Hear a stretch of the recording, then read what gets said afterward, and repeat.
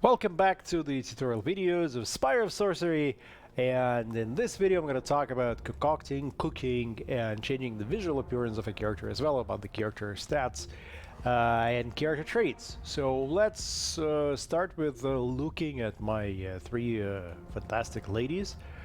There we go. And the first thing I want you to know is that using all the resources, which means food resources and alchemic resources, you can modify the looks. When you try to consume or sample, you will see this notification window pop up and it previews the effect. So she's gonna get blood hair. Ba-bam! She's got red hair. You can also give her a smile. So different resources have different different visual changes to characters. For example, this I think it's Weeper Blood gives her an eye patch. So in this way you can modify the character the way you want visually. You can also use clothing to modify your character. So she's got long hair, so maybe not so obvious, but let's say here. I'm gonna give the same Hunter's clothing. For the moment it's not functional, it's just the visuals, but the functionality is coming for sure. It's on the roadmap. Now every character has a driving force, so she's driven by revenge, she's driven by knowledge and power, and she's driven by justice and mercy. That affects the choices you make in adventures. So whenever your party makes a choice during adventure, some people will be happy and some will be not, depending on what drives them. Next to the portrait, first of all, you can also edit the name if you want. There's also the gender. At the moment, gender doesn't really influence anything, but once the relationships will be coming, they will rely in certain things on the gender, not for every character, but for some. Every character can get ailments, which includes injuries, poisonings, and diseases. I'm playing right now with 3 ailment max, meaning that once she gets 3 ailments, she's dead. You can also change the settings as you start the campaign and maybe have up to 5. And then the stats. So there's 6 stats. There's health, resistance to poisons, endurance, courage, immune system, and digestive system. You can see little dots at the end, so that's potential. It means that she has 6, but potentially she can have 7. So she cannot have 8 or 9. That's limited by the potential. So for example, here, look, potentially her endurance can be 12, and her endurance, even at the top level, will be 8. So different characters have different strong and weak points. You can change those things. So health defines how many damage tokens you get before you get injury. Resistance to poisons defines how many poison tokens you get before you get poisoning. And immune system shows you how many infection tokens you can get before getting sick. Courage defines how much fear you can take before you run away. And endurance, once you hit the maximum of endurance, you get physical damage. You can upgrade those things, and you can also remove unwanted tokens by using alchemy. So let's go here. So here's the alchemy that's used in encounter, different bombs, but this is Curative Alchemist. So this removes 5 damage. This removes poison tokens. This removes infection tokens. And then, in addition to healing substances, you also have the stat improving ones. So let's say that she's got only 4 health points. She's frail, right?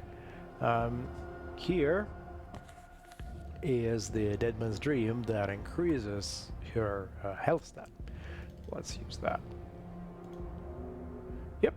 And now she's got 5. So as you will discover those things and find those things in the world, you're able to upgrade the parameters of your characters.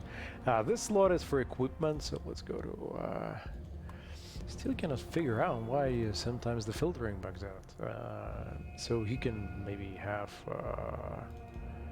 a ring of fire, or she can have maybe a mask She can have maybe black paw. So that's equipment, and then there's the sustenance consumption. So every character eats every day, so this character eats 2. 2 is default. She eats 2 as well, and she eats only 1 because she has a personal trait that says eat sparingly. So characters can have personal traits, different things, random. I mean, she's suffering from the cold weather and she's curious about spawns of cows. She also hates to retreat. Let's say she only likes cooking, so when you use her as a cook, she'll get happier. So that's good. That's like a pretty awesome trait. And then every character has mood and the dream. So her dream is to get royally drunk. Dreams right now are not functional, but it's coming down the road in the roadmap. So she wants to claim victory in a bloody battle alone, meaning that probably to make that dream come true, you'll need to go alone into encounter and win it. And when the dream comes true, all the stats max out. Now, the mood, you can see that she's in a neutral mode, but she's pretty close to, getting content. And then the cost of actions in encounter for her goes down. So it pays to have characters happy. Easier concentration when she's happy, she's getting tired when she's not. You can preview all the effects. Easier concentration, indigestion. So it means that her digestive system will go down, and that means that eating any kind of substances will be bad. Like she will get sick.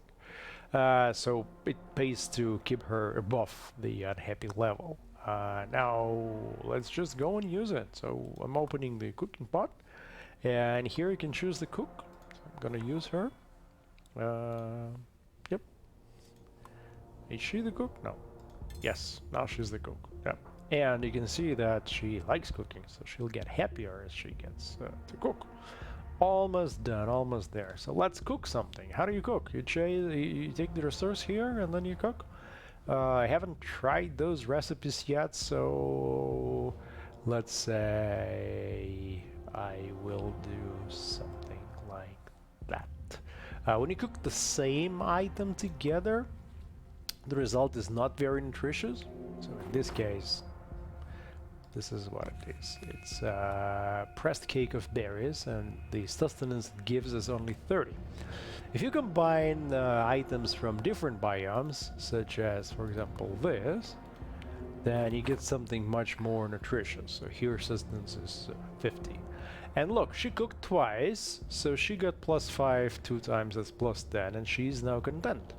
And she has this trait kicking in, so that means that she's more useful in encounters. She can take more actions.